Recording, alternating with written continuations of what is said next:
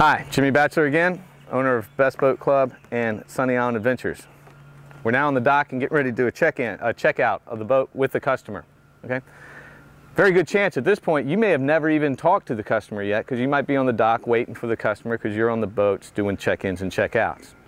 So you'll be introduced to this could be your first interaction with the customer or our guest. So greet the guest, be friendly, have fun. We've got to get through this stuff, okay? You cannot let the guest pressure you into skipping steps. You might run into a guest that's saying, come on, I just need to hurry up and go. Can I just have the keys? I know what I'm doing. I've taken boats out a bunch of times. But you have a job and you have a responsibility. Your job is to do a thorough checkout on this boat, not to skip any steps. Skipping steps is a recipe for disaster, because it will be that one step that you skip that causes the problem. Okay? So take your time, but be speedy and expedite this thing as fast as possible, but be extremely thorough. You cannot skip any steps. Okay? Hello, sir. How you doing? You're Mr. Bradshaw, right? Yes, sir. Hi, I'm Jimmy. Good. How you doing? How many people you have going out on the boat today? 4. 4 of you? 4 people. Okay, and they're up there, is that right? They said to have them stay up there till we go over the inspection. Great. Okay, so what we're going to do is we're going to go through the boat together. We're going to, I'm going to show you everything about this boat. Let me check your charter's resume real quick. Oh, you used to own a Key West? Yeah, a long time ago. Oh, okay. Well, there you go. Here's another Key West. There you go. So it looks like you have plenty of boating experience. Awesome. And you're from Delaware? Mm-hmm. I've been to Delaware one time when I went up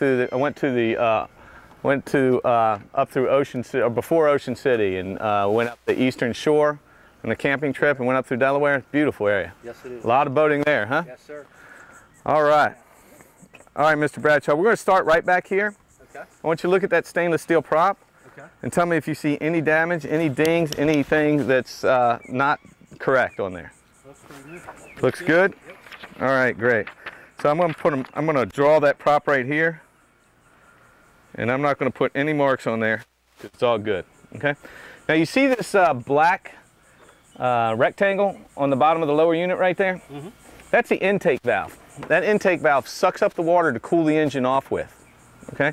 So the water comes up there, it circulates around the engine, and then it has a little indicator where it spits out of the back, a nice little stream. Okay, that's what keeps the engine cool. If the engine overheats, you get 3 real good indicators that this engine's overheating. 1, it's going to start running really bad. 2, a hot horn will start going off. And 3, the temperature gauge will start going a little higher. This particular boat does not have a temperature gauge, but it does have a hot horn. Okay, so as you're driving, you should pay attention. You're driving around, look around every now and then, look back there and make sure that it has a nice steady stream of water. Okay, if it doesn't, if you overheat, more than likely you've picked up here on the west coast, you've picked up a big pile of grass and it's wrapped around there and it's not allowing water to come up. On our east coast location, it's usually a plastic bag. So if the engine overheats, more than likely it's a plastic bag or excessive seagrass. Stop the boat in a safe spot, cut the engine off, trim it up.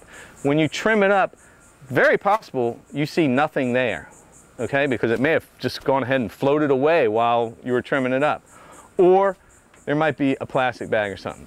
Grab your boat hook, shoo it out of there, put your engine back down, start it, let it idle, until that water starts spitting out of the back and the hot horn stops going off, and then you continue going on your way.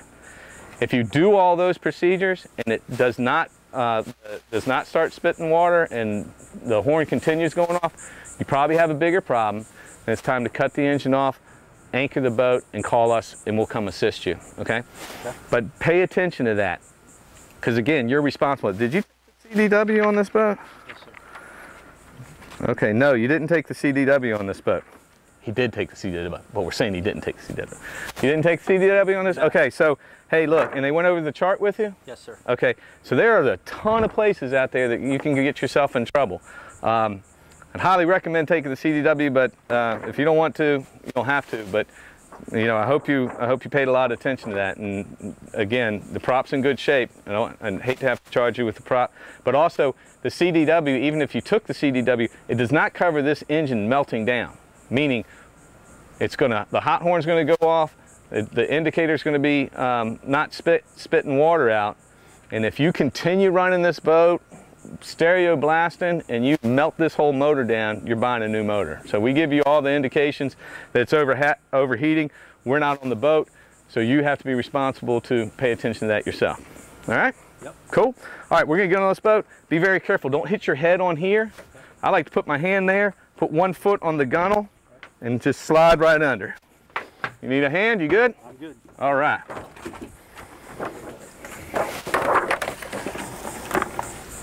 We're going to start right up here.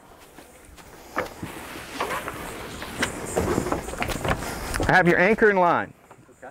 You see your anchor, it's not bent, it's in good shape. Okay? Your anchor line comes here. This is very important with this boat. You want this line, make sure that this is very secure, because the last thing you want to be doing is driving this boat. You use the anchor, you didn't secure it correctly, and the anchor falls out while you're running the boat. Gotcha. You don't want that. I'm sorry, Mr. Bradshaw, can you do me a favor? Yes. We're filming this for training. Can you pay attention and get out of the way? Absolutely. Absolutely. He's an employee, so I wouldn't talk to a normal guy like that. All right, so we have plenty of line down there. If you use the anchor, Mr. Bradshaw, how much experience do you have anchoring? I've done it a couple times. Just a couple times? On your resume it said you get about 15 times. Is that about right? Yeah, Okay, good. All right, so when you're anchoring, just remember, if that line is going straight down, it's doing nothing. The anchor's just bouncing along on the top of the sand. So make sure you have a good angle, which is called a scope, of the anchor line going about like that. And then that will give a really good way for that anchor to dig in and catch. All right, but you've anchored a bunch of times, so that's good. Okay, in here, how many life jackets are in there? Can you count them for me real quick? 6. So we have 6 adult life jackets, and what else is in there? Some tie rope. 2 lines, okay? So those 2 lines are gonna go with you, Okay. okay? Because we're keeping all these lines here. So when you go to Cabbage Key or somewhere, get those lines out before you get there, get them prepared, and be ready to use those as your anchor lines. Okay.